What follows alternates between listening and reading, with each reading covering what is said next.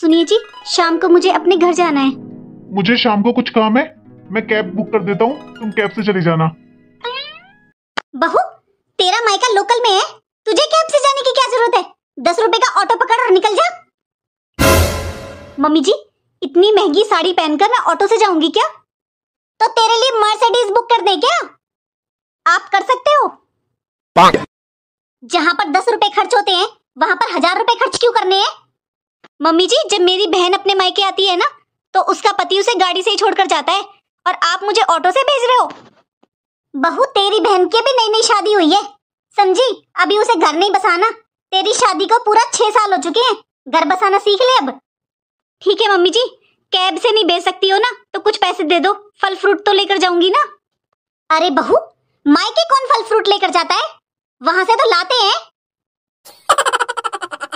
ये ले 50 रुपए, 10 रुपए का ऑटो कर लेना और 40 रुपए के केले ले जाना।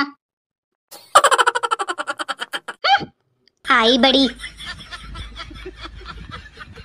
बाहर मामी जी, मामा जी सब आपकी बहुत तारीफ कर रहे हैं, बोल रहे हैं आज आपने इतना टेस्टी खाना बनाया।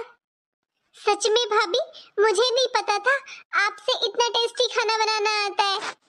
अब तो भाभी मम्मी की किचन से छुट्टी कर दो, खाना तो आप ही बनाया करना।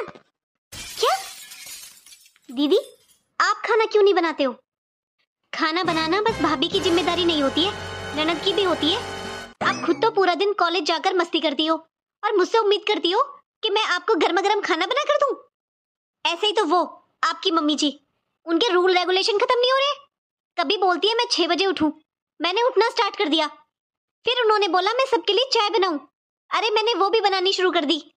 लेकिन अब आपकी मम्मी चाहती है कि मैं खाना भी बनाऊं। दीदी, मुझे एक बात बताओ, आप अपने घर में बहू लेकर आए हो या नौकरानी? बस बहू, बहुत बोल लिया तुमने। बहू, तुम शादी कर आई हो इस घर में, तुम इस घर की बहू हो, नौकरानी नहीं। और हाँ बहू, जब मेरी बेटी 12वीं क्लास में थी ना, जब से शाम का खाना बनाती है। अरे मुझसे तो काम ही कहाँ होता है, मैं तो बस ये सुबह का नाश्ता बना देती हूँ, कपड़े धुल देती हूँ, और मेरी तो तबीयत ही बहुत खराब रहती है बेटा। इसलिए मैंने अपने बेटे की शादी जल्दी की थी ताकि मुझे थोड़ा आराम मिल सके, वरना इस काम के लिए तो मैं सच में नौकरानी भी लगा सकती थी। लेकिन मुझे लगा अगर बेटे की शादी करूंगी तो बहू आएगी, और बहू और बेटी में फर्क ही क्या होता है। बहू हमें अपना समझेगी और घर में सुख शांति बनी रहेगी। अरे सास भी तो माँ ही होती है, मायके में माँ और ससुराल में सास। अगर मैं तुम्हें नहीं सिखाऊंगी बेटा, तो कौन तुम्हें सिखाएगा? हाँ बेटा, मैं तो तुम्हारे पास। मुझे बहुत ज्यादा डर लग रहा है, पता नहीं आंटी कैसे रिएक्ट करेंगी। मैं ठीक तो लग रही हूँ ना? ज्यादा फ्रेंडली बनने की जरूरत नहीं है, बाद में तुम्हें ही परेशानी होगी, फिर बाद में मुझे मत बोलना। अरे चुप कर तू, उन्हें मैं सास नहीं फ्रेंड बनाऊंगी। नमस्ते आंटी, खुश रहो, साड़ी पहन के आई हो? आंटी जी, ऐसा नहीं है कि मैंने आपको इम्प्रेस करने के लिए साड़ी पहनी है, मैं तो रेगुलर बेसिस पे साड़ी और सूट ही पहनती हूँ। मोहन ने बताया नहीं क्या आपको? हमको इम्प्रेस होना होगा तो हम जींस में भी हो जाएंगे, ये सूट क्या और साड़ी क्या। अरे मैं तो मजाक कर रही थी, तुम तो सीरियस ही हो गई। अरे मम्मी जी, आप कितनी चिल है ना।